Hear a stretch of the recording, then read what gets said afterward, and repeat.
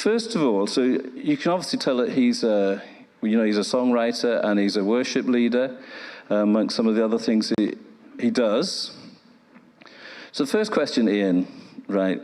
What was the biggest congregation or audience that you have sort of led in worship? Probably about 10,000 people.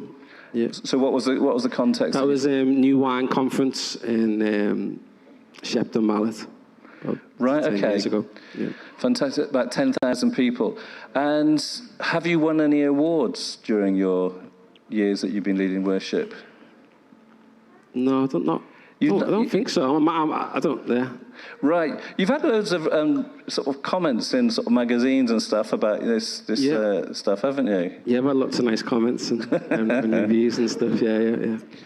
Right. Okay, so I want to move on and talk about how you got into leading worship and stuff. I know some of the guys here will be interested in that. So how did you get started out on this worship leading songwriting journey? Well, I think there's a few pivotal moments, but there was a band called Delirious. Anyone remember the band Delirious? So when I was a teenager, there was a group of churches in Bootle where Neville was the pastor at the time, and we went to go and see Delirious in Manchester. And that was the first time for me I'd experienced, like, as a teenager anyway, cool Christian music, and also, like, what I'll probably say, the presence of God, or just this presence of something really special. And I guess I caught the bug in that moment, really, and was like, wow, whatever that is, I want to be a part of it. And then I had a really cheap red and white guitar, and I could play maybe 3 chords, and they let me join the worship team, which was amazing. Was that me? I don't know if it was you. I don't know. It was Ruth, do you remember Ruth? And, right, oh, fantastic. And Linda Mountain. Yeah. So, yeah, and it probably sounded terrible as well, actually, when I think about it. But at 15... I have a really bad memory, so I can't tell you. You're about 15, and so you joined the worship group, yeah. I think so, 15, And is it because you support the red and white, because you support Liverpool, is it? I support Everton, yeah. You've got a Liverpool scarf in your car. I know, my boys, I've got 2 boys, and they support Liverpool. And my wife supports Liverpool as well, so... I don't know why, but anyway, there we go, yeah. Right, so I want to move on. What I will say is, I loved Everton beating Liverpool. Was it last week? That was, like, incredible.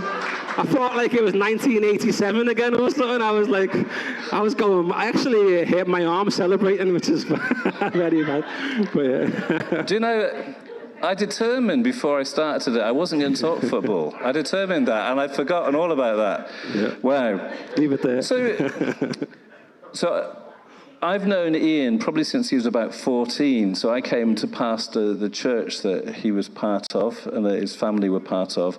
His dad is now the pastor there, and he's been one of my most loyal friends for all these years, just an amazing friend. So from the age of about 14 to the age of about 22 or so, I was pastoring. Ian was part of the church that I pastored.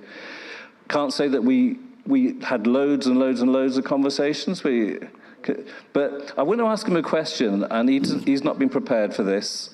He might not even have any answer at all. What are your memories of me as your pastor? Are you ready for this, Neville? I'm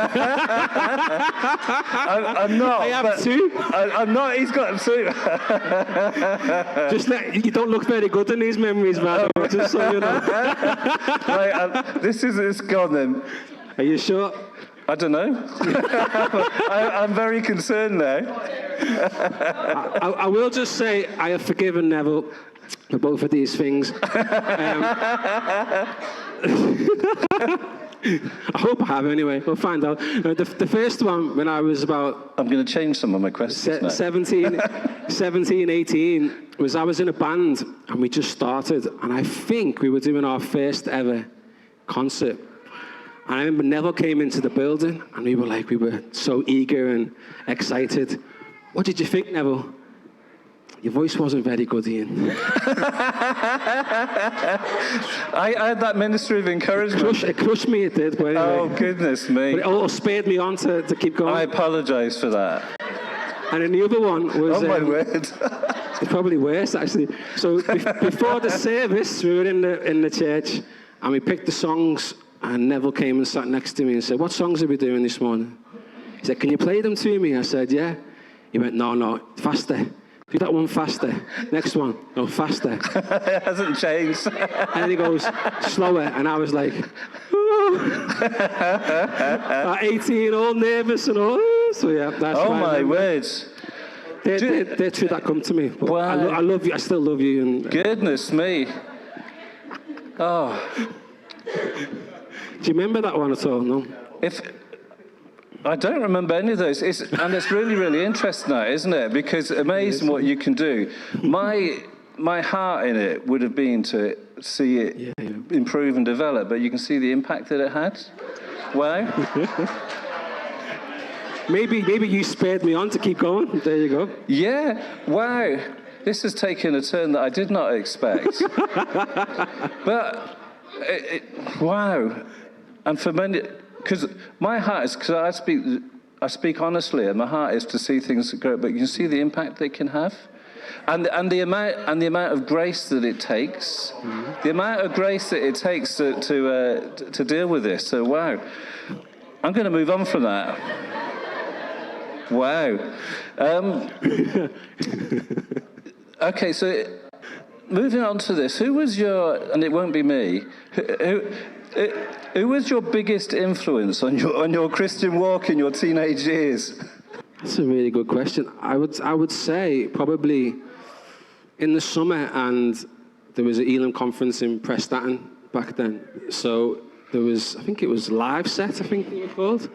And I'd say that had a massive impact on me. So going to the summer conferences at Kefenly, if anyone's ever been there, and then going to Elam conference in Prestatyn, that was really where I experienced God's love in a very profound way, right. And changed my life, really. And them moments I look back as defining moments of, when everything's a bit crazy in life or everything's tricky in life, you think, well, I remember them moments when I encountered God as a teenager in a really profound way. And so I guess that was a huge impact on me. Which is great, because a bunch of these guys will be going to the Limitless Festival again, and they've done the last couple of years, so brilliant. Now, there's two more things I want to speak to you about. One is, and I know it relates to young people these days, I know some of our guys.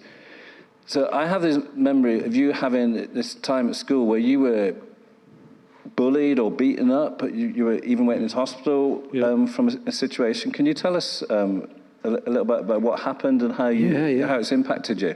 Yeah, well, it was quite interesting, because where we lived in Bootle, if anyone knows about Bootle, it's known as a deprived area, but it's quite, the kids and teenagers would be quite hard, or, so when you have a fight in my primary school, someone would put a crowbar or something to the school, and you're like, wow.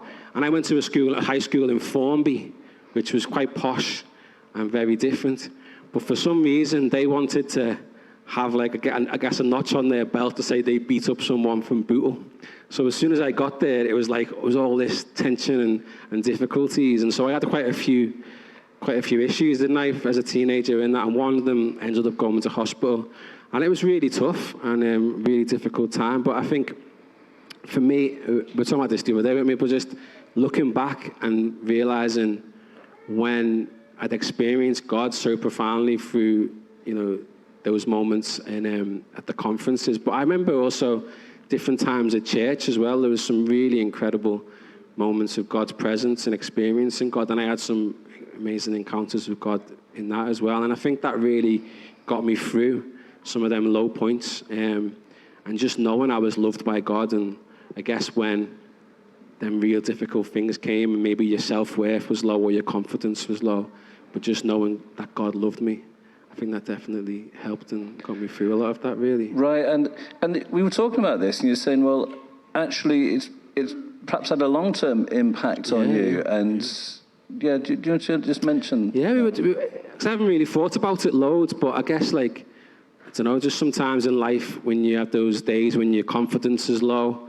or you're feeling down, and I guess some of that probably stems still back to those moments and self-esteem and, especially the confidence thing, maybe not feeling good enough, and it probably does stem back from a lot of that time, yeah. So. And we were talking about it, and it's not like, oh, there's a magic answer or anything, but you've pressed on with your calling and with all that God's done in your life, even though, you know, life isn't perfect, and you're not perfect, and I'm clearly not perfect, and you know, and you press on and trusting in God's goodness, and it's an amazing what you can achieve, even with all the scars or even some of the baggage that you might carry, that you can go on and achieve wonderful things. Big key is not giving up and pressing into God, absolutely, which is wonderful. The final thing, before we let the children and the youth go, is what do you hope to achieve when you're leading worship and stuff, and you're leading congregations or conferences in worship? What do you hope to achieve? What's your heart for it all? Yeah. Just before I answer that, I was just thinking then, I don't normally share this story, but I was just feeling as we were talking. So when I was 20, I actually got married, and that marriage ended up in a divorce, which was really tricky and difficult. But again, just another time when life was difficult and really, really tough. But I remember, same as being a teenager, but in that moment, knowing I had a choice to throw myself into God, or maybe go out and get laid, or whatever you want to do as a 20-year-old, get drunk or whatever. But I knew I had to throw myself into God. And that was a massive pivotal moment in my life, because I was so low and this thing had happened and it was crazy.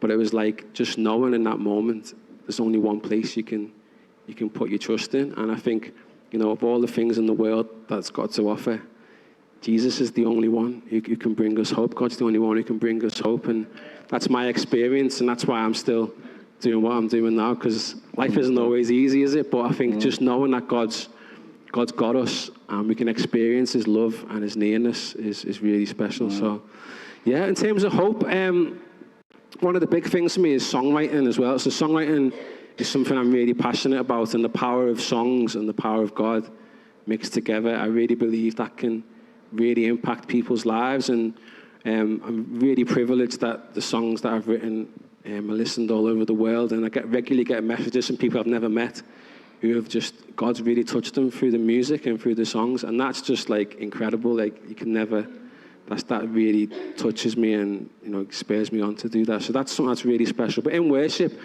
I think for me, the thing that I focus on is just trying to serve God the best that I can in that moment, and serve the people, and try and facilitate a moment where everyone's focus is on God and not on me or not on anything else, and people can just focus and worship on God. And yeah, that would be my wonderful hope. Yeah. Isn't that great? Fabulous. Give them a round of applause. We say